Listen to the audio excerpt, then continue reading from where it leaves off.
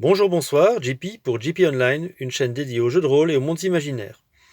Une vidéo en complément de celle de JDRD30 et de Jasage de jeux de rôle sur le sujet de l'accueil des joueurs débutants à une table de jeux de rôle. Alors, je suis globalement d'accord avec tout ce que JDRD30 et Jasage de jeux de rôle ont pu dire sur le sujet. C'est vrai que dans le jeu de rôle, il y a rôle et donc on doit pas mal mettre en avant l'aspect rôle, interprétation d'un personnage, le fait de vivre une aventure ensemble, en collaboration avec les personnages des autres joueurs. Pour autant, l'aspect ludique est aussi à ne pas perdre de vue. Euh, le fait de lancer les dés tout le, avec toute l'excitation et tout l'entraînement que ça peut avoir au niveau du jeu. Euh, Jeter les dés pour voir ce qui va arriver. Les surprises qui peuvent surgir suite à un jet de dés réussi ou raté de toute façon. Mais c'est vrai que je suis plutôt d'accord avec l'approche qui consiste à plutôt mettre en avant des règles de jeu simples pour ne pas trop embrouiller les joueurs et les joueuses débutants. Pardon. C'est déjà un loisir assez particulier et pour les personnes qui n'ont jamais fait de jeu de rôle, pardon, euh, autant ne pas les noyer avec des règles trop complexes et mettre en avant la spécificité du jeu de rôle qui est le roleplay, le jeu d'aventure, le fait d'interpréter un personnage. Euh, un des aspects, je pense, qui n'a pas été abordé dans les vidéos que je vous mettrai en description, donc les vidéos de jasage de jeux de rôle et de JDAD30, c'est le fait que donc il y a l'effort du meneur de jeu pour accueillir des débutants à sa table, mais je pense aussi que si la table n'est pas entièrement composée de personnes qui débutent, le fait d'avoir quelques personnes, quelques joueurs, joueuses un peu plus aguerris, ou même carrément vétérans, ça peut aussi avoir son intérêt. Pour autant que ces personnes fassent preuve de bienveillance et soient disposées à aider les nouvelles personnes à intégrer la table.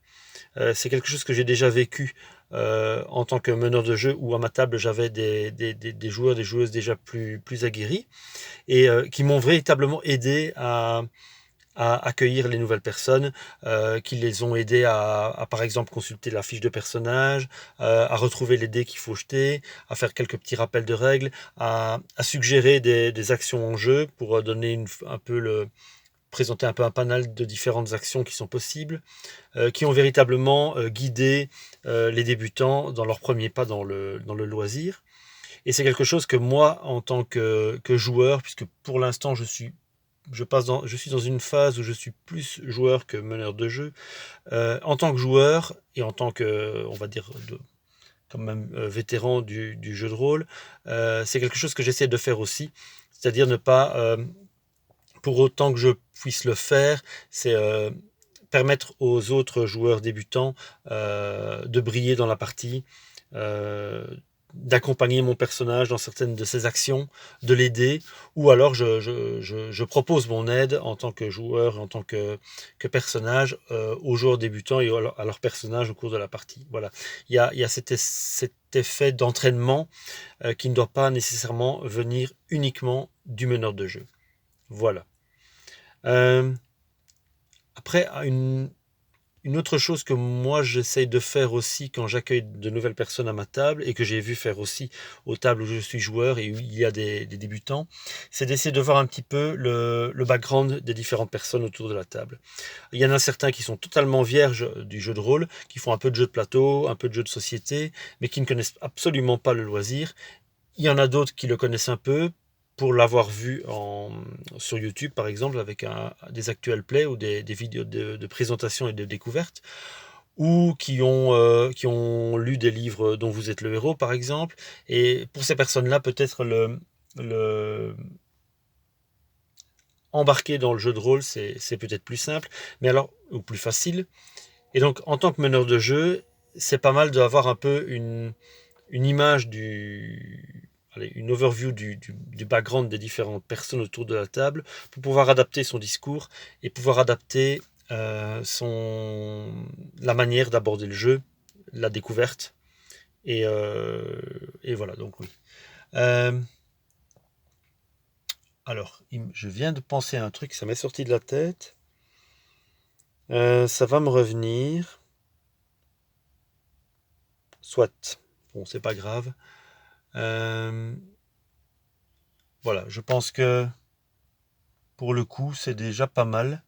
Donc j'ai abordé connaître le background. Ah oui, un truc qui existe et que j'ai déjà vu, j'en ai déjà entendu parler dans plusieurs podcasts, c'est les tutoriels.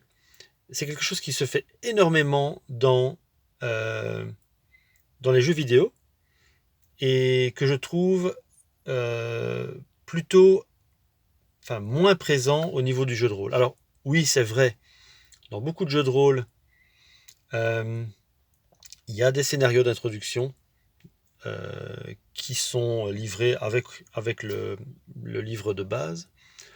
Malheureusement, beaucoup de ces scénarios sont parfois trop simples ou pas adaptés. Il y a des kickstart ou des kits de découverte, etc., qui sont plus ou moins bien faits. Ça, il faut pouvoir faire le tri. Mais en tant que meneur de jeu, si je dois accueillir des nouvelles personnes, je vais peut-être commencer le scénario avec différentes scènes qui vont leur permettre de pouvoir tester toutes les règles. En tout cas, les règles essentielles. Et de pouvoir faire leur premier pas de manière un peu plus soft. Évidemment, bon, ces scènes-là, je ne vais pas balancer une scène en disant voilà, on va tester la règle de combat, on va tester la règle de soin, non, je vais essayer que ce soit intégré dans l'histoire. Mais voilà, quelque chose, un scénario pas trop complexe, mais suffisamment pour qu'il y ait une intrigue et du roleplay, et aussi un scénario qui puisse mettre en action les règles de base du jeu que je propose. Voilà, donc vraiment un scénario en mode tutoriel. Je pense que ça pourrait avoir son intérêt. En tout cas pour les joueurs débutants, et même pour les joueurs vétérans qui découvrent un nouveau jeu, ça peut être pas mal. Voilà, donc c'est un peu l'esprit kit de découverte tutoriel qui pourrait être mis en avant. Donc pour moi, voilà, plusieurs pistes en tout cas qui permettent de débuter le jeu de rôle et d'aider les joueurs et les joueuses novices à une table de jeu. Voilà, je pense que ça vient un peu en complément de ce qui avait été déjà dit par Jazzage de jeux de rôle et par JDRD30. Si vous avez de votre côté des idées, des suggestions ou des remarques, n'hésitez pas à les laisser en bas de la vidéo.